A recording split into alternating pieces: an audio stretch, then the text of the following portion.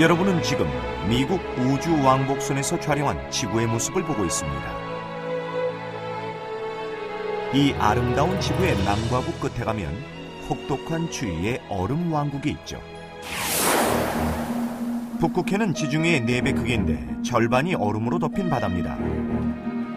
노르웨이, 러시아, 캐나다 등 8나라가 북극을 둘러싸고 있죠.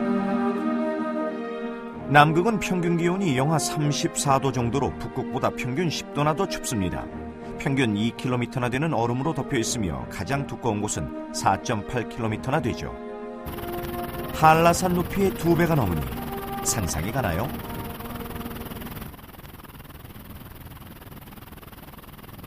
남극은 북극처럼 얼어붙은 바다가 아니고 커다란 대륙이랍니다.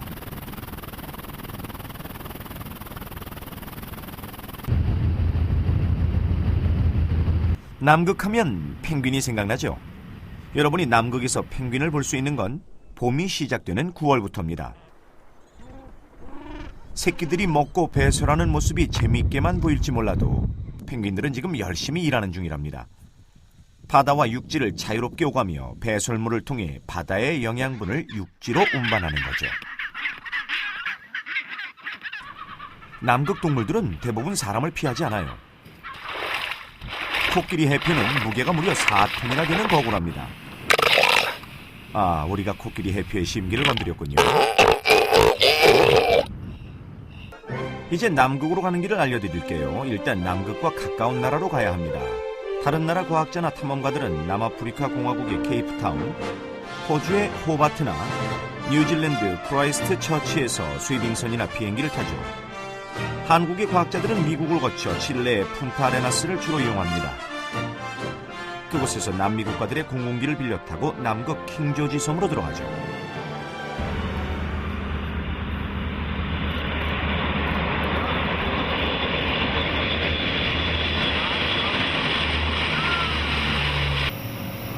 오늘은 한국에서 파견된 월동대원들이 칠레 공군기에서 내리고 있네요. 이들은 최문영 대장이 이끄는 19차 월동대원 17명입니다. 이들의 남극 생활을 통해 우리는 오늘 남극을 경험하게 될 겁니다.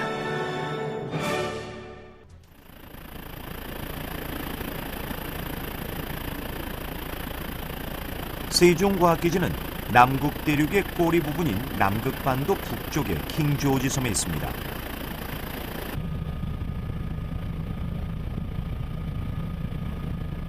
킹조지 섬은 제주도보다 작은 크기인데 칠레, 아르헨티나, 중국, 러시아 등 8개 나라의 9개 기지가 모여있죠. 자, 지금 우리가 방문하는 세종과학기지는 킹조지 섬 바톤반도 해안가에 있습니다. 빨간색의 건물들이 눈에 띄죠.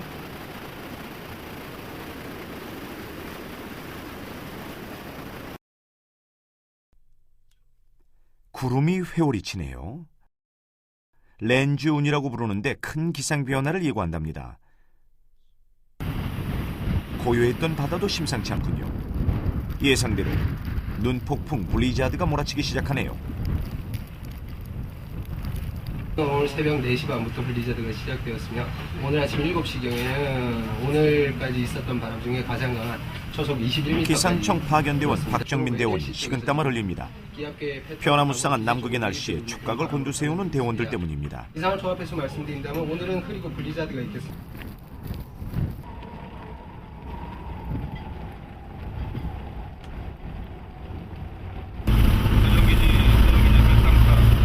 급하게 중장비 담당인 주형수 대원이 제설 작업에 나섭니다. 대원들의 활동을 돕기 위한 작업이죠.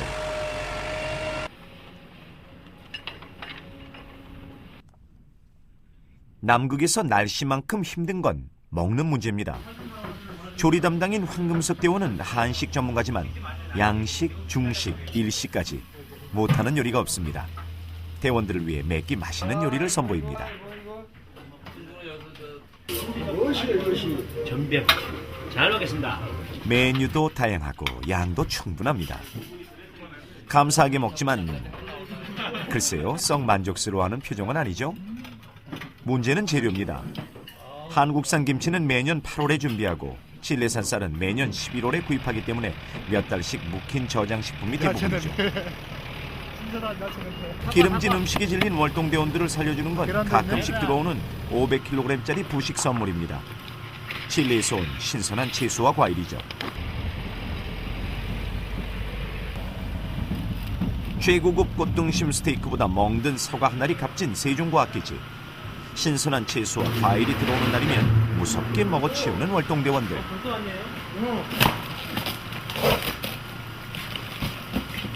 오늘 괜찮은 거 죽었다. 부식 창고에 비상 경계령을 내려야겠네요. 기상 담당 교갑한 대원이 사과를 하나 슬쩍 했군요. 아꼈다 먹어야 되는데 얼마나 좋은데.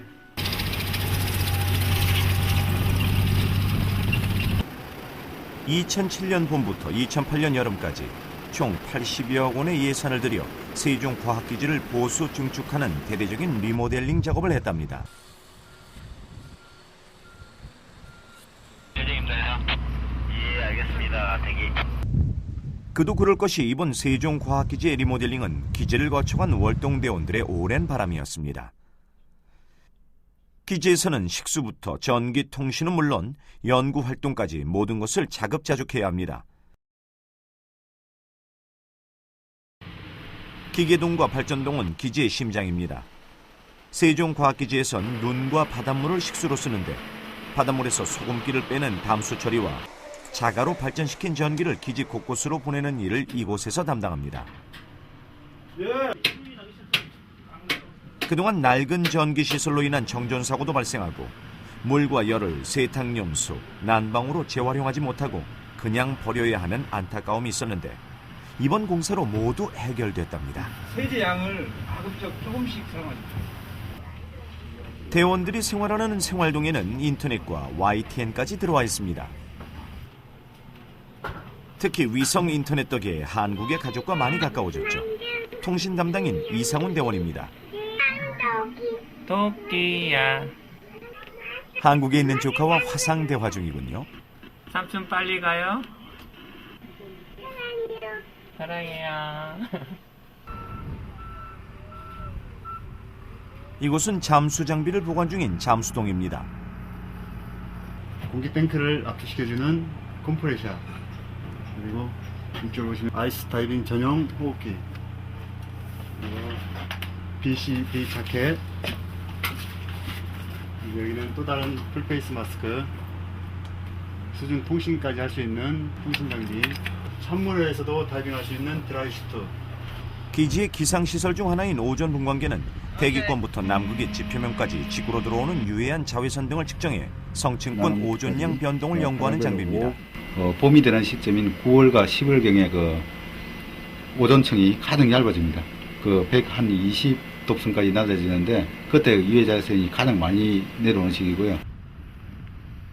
세종과학기지엔 아직 큰 부두가 없어 큰 배가 직접 정박할 수 없습니다. 그래서 바지선인 거북호로 배에서 해안가로 일일이 물건을 나르는데 바지가 밀립니다. 막 밀고 들어오네 그냥. 거북호의 1차 접안 시도는 그야말로 꽝입니다. 오늘처럼 바람이 심하게 불면 운전이 더욱 어렵습니다.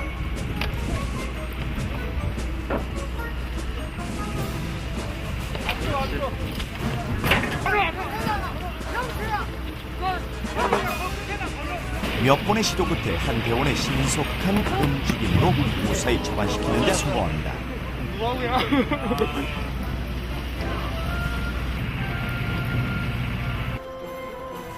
러시아 벨링스하우젠 기지에서 SOS를 요청했네요. 러시아의 바지선이 고장나 한국의 거북호가 나섰습니다. 러시아 기지 대장과 대원들이 무척 반갑게 맞이합니다. 러시아는 세종과학기지에서 도움을 요청하면 가장 먼저 달려오는 이웃이죠. 언제 위험에 처할지 모르는 남극에서 살아가는 법은 서로를 돕는 것입니다. 급유 다음으로 중요한 하역은 한국에서 보내온 1년치 식량과 연구장비입니다. 19톤짜리 컨테이너 8개에 달하는데 이를 내리려면 대원들은 잠도 못 자고 고생이 많죠. 남극은 19세기에 들어와서 비로소 알려지기 시작했는데 주로 물개잡이 배의 선장이나 해군들에 의해서였습니다. 인간이 남극 대륙을 직접 밟은 건 19세기 말이었고 그때부터 남극이 자신의 땅이라는 강대국들의 싸움이 시작됐답니다. 영국은 1908년 남극에 처음으로 영국령을 선포했고 아문제는 남극점에 노르웨이 국기를 꽂았죠. 역사는 2등을 기억하지 않지만 100년에 걸친 인간의 남극 탐험, 그 도전 정신과 희생을 엿볼 수 있는 건 영국의 스코트를 통해서입니다. 스코트는 아문젠보다 한 달 늦게 남극점에 도착했죠. 그러나 그는 2등인 것을 알게 됐고 끝까지 남극의 화석을 짊어지고 되돌아오다 죽음을 맞이하게 됩니다.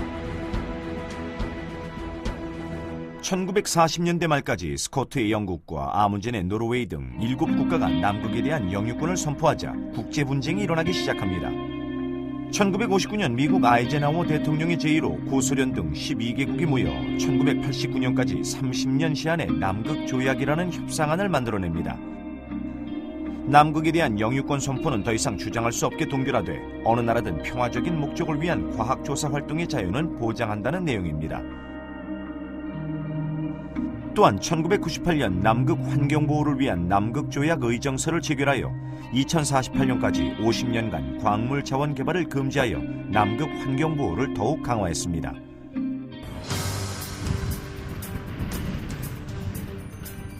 우리나라는 엄청난 자원이 있는 남극에 진출하기 위한 첫 단계로 1978년부터 남빈양 크릴 시험 조업에 나섰죠. 남극에 진출하려면 남극조약에 가입해야 했고 남극 탐사와 과학자의 연구 실적이 있어야 가입할 수 있는데 그런 실적이 없었기 때문입니다. 그때 놀랍게도 한국해양소년단 연맹 윤석순 총재가 1985년 과학자를 포함한 남극 관측 탐험대를 조직하여 남극에 도전합니다. 남극 조약 가입이라는 국가의 대의명분을 위해 탐험대는 남극 대륙을 걷고 또 걸었죠. 밤낮과 방향이 상실된 무채색의 대륙, 햇빛에 화상을 입었고 살인적인 냉기가 살을 베었습니다. 국교가 없던 소련과 중국 기지를 방문하여 한국의 남극 조약 가입을 위한 민간 외교 활동을 벌인 것과 남극 대륙의 최고봉 4,897m의 빈슨 메시프산 정상 정복이 탐험대로서의 그들을 위로해준 유일한 쾌거였습니다. 꿈을 포기하지 않은 탐험대의 도전과 성공은 대한민국 국민에게 신선한 충격과 자신감을 선사했죠. 우리는 그 기회를 적극 활용한 노력 끝에 드디어 1986년 11월 28일 세계에서 33번째로 남극 조약에 가입합니다. 1988년 2월 17일 세종과학기지를 준공하고 1989년 23번째 남극 조약 협의 당사국이 될 수 있었습니다. 2002년 4월에는 북극 타산기지를 열어 남북국 모두의 상주기지를 가진 세계 8번째 국가가 됐답니다. 세종과학기지 건설에 대한 환호는 짧았습니다. 극지 강국으로 서기까지 지난 20년은 월동대원과 과학자들이 내디딘 이름 없는 한 발 한 발로 이루어진 거랍니다. 생사를 가름하는 혹독한 자연환경 속에서 사고와 희생을 겪으면서 말입니다. 응답하라. 응답 좀 해라 임마 이 새끼야. 강천현 여기 세종기지 응답하라. 사람들이 그 희생을 알게 된 건 2003년 안타까운 죽음을 통해서였죠. 사망자 누구냐고?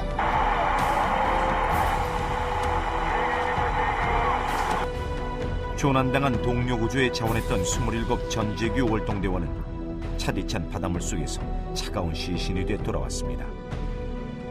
자연을 탐구하는 것과 인간을 사랑하는 일이 하나임을 보여준 젊은 과학자 전재규의 죽음은 세종과학기지 20년 역사에서는 처음이지만 남극에서 겪어야 했던 수많은 희생 중 하나입니다. 그래서 험한 산이 제가 리빙스턴 섬이거든요. 리빙스턴. 아르헨티나 해군 비행기가 충돌했어요. 그래서 여기서 11명 죽고 기지에 불이 난 데가 있죠. 아르헨티나 알미라 브라운 기지에 그 대장이 50대 의사인데 정신 착란으로 기지에 불을 질렀어요. 그래서 기지가 몽땅 다 탔고요.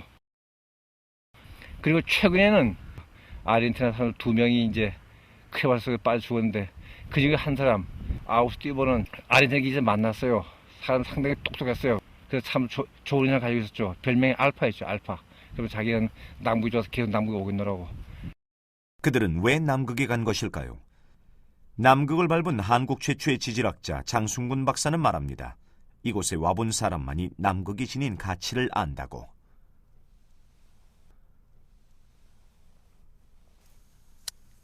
이곳에서 발견되는 화석들은 남극이 gond와나 대륙과 하나였다는 증거랍니다.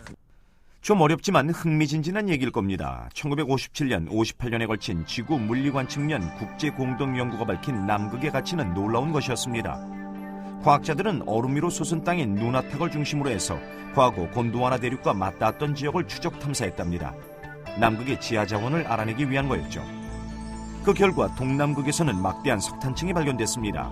2억 5천만 년 전 맞붙어 있었다는 호주 서부처럼 말이죠. 세계적인 광맥 남미의 안데스와 맞붙어 있었다는 남극반도에서는 이와 유사한 대규모 구리, 금 등의 광맥이 감지됐습니다. 막대한 석유와 석탄의 매장량까지. 남극은 자원의 보고인 호주, 남미, 아프리카 대륙의 이점을 모두 가지고 있었습니다.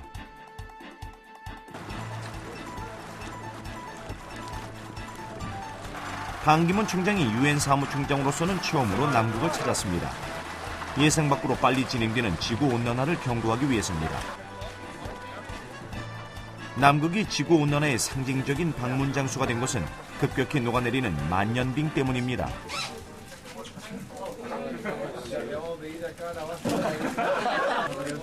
이미 50년 전 지구 자원의 고갈 문제가 예견됐고 남극은 그 비상창고로 여겨졌습니다. 하지만 만년빙 때문에 접근이 어려워 그림의 떡이었죠. 그러나 최근 얼음이 빨리 녹으면서 남극의 가치는 폭등합니다.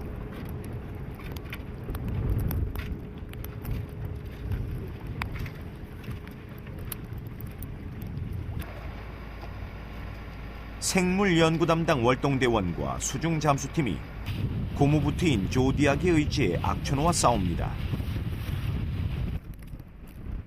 신기하게도 날씨가 안 좋을수록 더 많이 발생된다는 남극의 생물 채집을 위해서입니다. 두 눈으로 목격하는 남극의 가치는 놀라웠습니다. 남극 바다는 우리의 생각과는 달리 다양한 생물들이 살고 있답니다. 영양분이 많은 바닷물을 깊은 바다에서 보내주기에 여름철 태양빛만으로 대형 갈조류가 번성합니다. 이 같은 해조류 주변엔 플랑크톤이 풍부해 남극의 대고동, 먹이 생태계가 만들어지죠.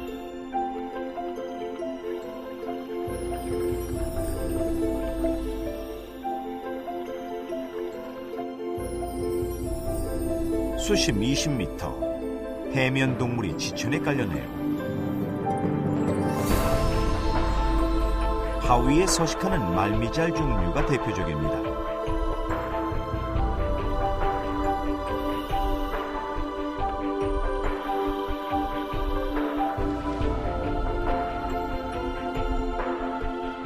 수심 50m 아래엔 갯벌과 같은 뻘밭이 펼쳐지는데 각종 저서 생물이 풍부합니다.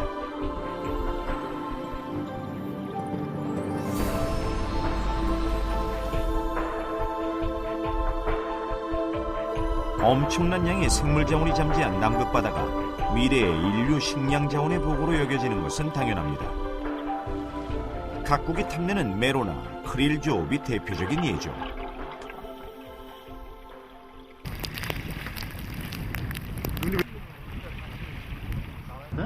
많이 들었어요. 오늘 블룸이 일어나가지고 어마어마해. 자, 이동. 남극의 생물은 또한 독특한 유전 자원입니다. 세계적인 생명공학과 바이오 산업 연구가 극지생물에 집중되는 이유입니다. 그중 세종과학기지에서 연구 중인 남극 생물의 천연부동액은 세계의 주목을 받고 있죠. 인체 조직에 대한 냉동 보존은 미래의 핵심 기술인데 그 핵심 기술은 부작용이 없는 부동물질의 개발입니다. 각국은 남극의 겨울바다에서도 얼어 죽지 않고 살아남는 극지생물의 특성을 연구해왔습니다. 이런 연구는 시작된 지가 얼마 되지 않았으므로 선진국과 비슷한 수준의 연구를 수행할 수 있는 분야입니다. 식물 플랑크톤이 잘 자랐는지 하는 것들을 지금 조사하고 있는 그런 방이고요. 지금 저희들이 한 100여 종의 식물 플랑크톤들을 지금 현재 이 방에서 보관하고 키우고 일종의 은행이라고 할 수 있죠. 그래서 극지 정원생물 은행을 유지하고 있습니다.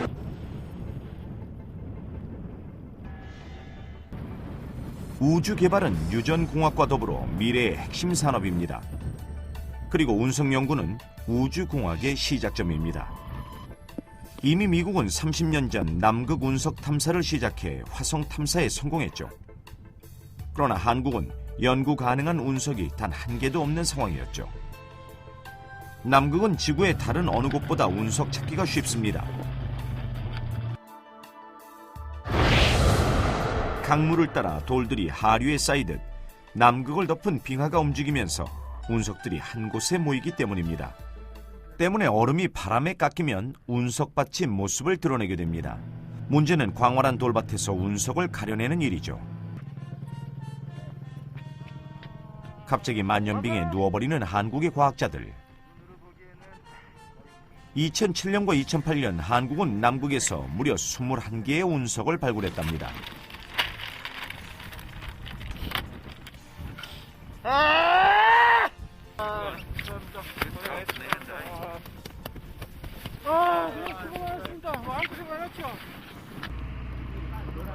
세종과학기지의 과학자들이 음파로 알아낸 남극의 심해 지도를 따라 수심 2000m 아래서 남극의 퇴적물을 담아 올립니다. 세계 각국이 탐내는 남극의 지하 자원을 탐사하기 위해서입니다.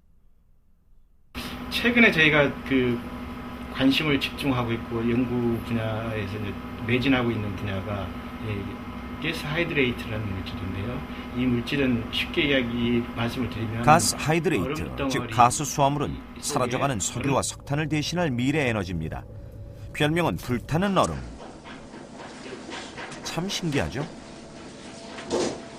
한국의 과학자들은 기지 인근에서 대한민국이 300년 쓸 수 있는 양의 가스 수화물을 찾아냈답니다. 오, very good. 멋있다.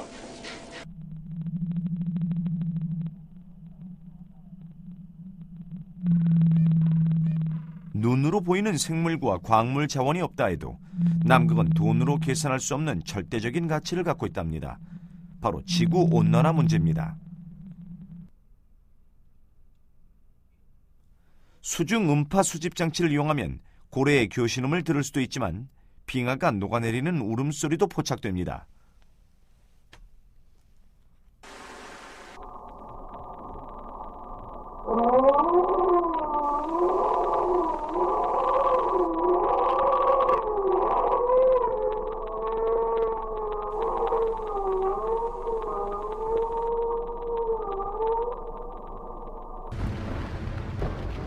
기지 인근 3km 길이의 작은 해안인 마리안소만.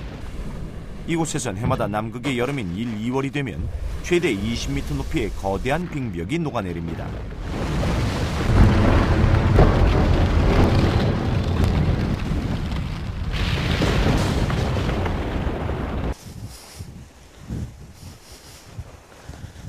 야, 다 무너졌네. 5년 전만 해도 이 빙벽 가까이 오지를 못했습니다.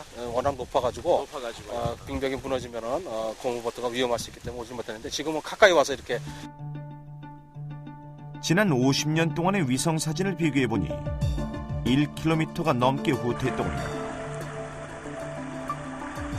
녹아내린 부빙이 녹으면서 기포가 나가죠.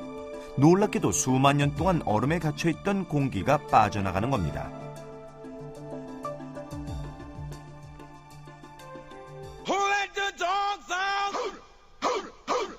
지구상에서 가장 춥고 건조한 지역이라는 러시아 보스톡 기지. 건조한 지역이다 보니 연간 적설량이 10cm도 안 됩니다. 영하 89도보다 낮은 남극 최저기온이 이 기지에서 관찰됐죠. 또 이 기지의 연평균 온도는 영하 55.4도로 물이 없습니다.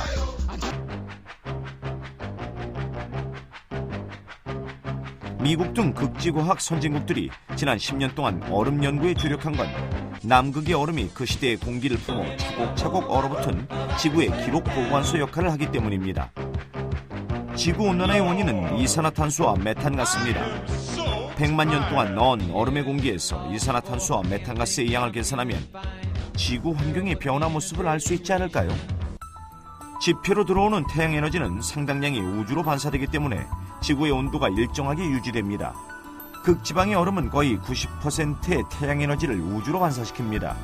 그런데 이산화탄소와 메탄가스 등 온난화 가스가 대기 중에 증가하여 우주로 반사되는 태양 에너지를 차단시켜 대기를 덮이는 온실 효과가 일어나게 됩니다. 이렇게 되면 지구는 따뜻해지고 극지방의 얼음이 녹으면서 검푸른 바다가 많이 노출되고 태양 에너지의 반사량보다는 흡수량이 많아져 결국 더 많은 얼음이 녹으면서 더 더워지죠. 지구가 더워지면서 북극 지방의 동토가 녹고 동토에 잡혀있던 메탄가스가 공기 중으로 나와 지구는 점점 더워집니다. 결국 악순환되는 거죠. 자, 이해되셨나요? 세계의 과학자들이 지구의 타임캡슐인 남극의 만년빙에 매달리는 이유, 지구와 인류의 생존을 쥐고 있는 남극의 미스터리를 말입니다. 지구온난화의 재앙은 남극 곳곳에서 발견되고 있습니다. 2002년 남극 대륙의 라르센 B 빙붕이 붕괴되는 모습을 담은 위성 사진입니다. 남극에서 남극반도가 가장 먼저 지구온난화의 영향을 받고 있다는 증거죠. 남극은 99.7%가 2000m 이상의 만년빙으로 전 세계 물의 4분의 3을 품고 있습니다. 만약 남극의 얼음이 모두 녹는다면 해수면은 60에서 70m 상승되고 이로 인한 재앙은 홍수, 태풍, 질병, 생태계 이상 중 어떤 것이 될지 모릅니다. 과학자들은 모두일 거라고 말합니다. 지금 현재로는 말은 우리가 실제적으로 이렇게 심각하게 진행된다고 얘기하지만은 일반인들이 그거를 실감하기는 쉽지 않아요. 인식하고 반응할 때까지는 상당히 시간이 걸린다는 거예요. 항상 늦춰져서 반응을 한다는 얘기죠. 그래서 그 과학자들이 아무리 경고성 메시지를 줘도 과학자들의 경고, 먼 미래로 여겼던 지구온난화와 기상이변은 우리의 생명을 위협하는 바로 오늘의 현실이 됐습니다.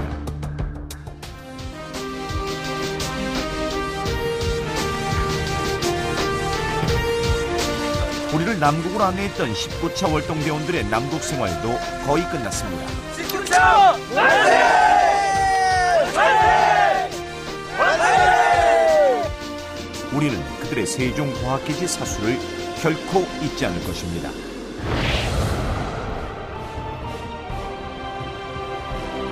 극지도전 100년, 이미 극지과학 선진국들은 자본과 첨단 과학 장비를 앞세워 대륙 깊숙이 전진해가며 남극을 선점하고 있는 상태입니다. 그들에게 50여 년 뒤처져 출발한 우리의 발걸음은 바쁘지만 굳건합니다.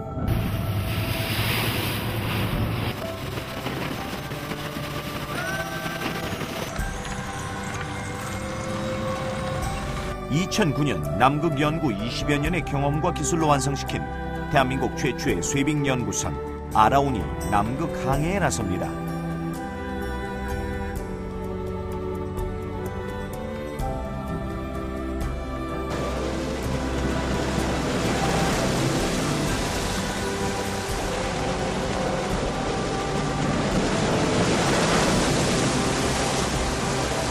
우리의 대륙기지 완성은 2012년.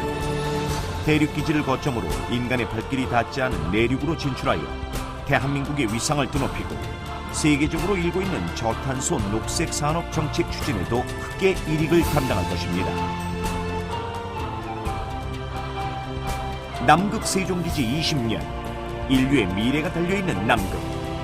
여러분 모두가 미래를 여는 도전자들입니다.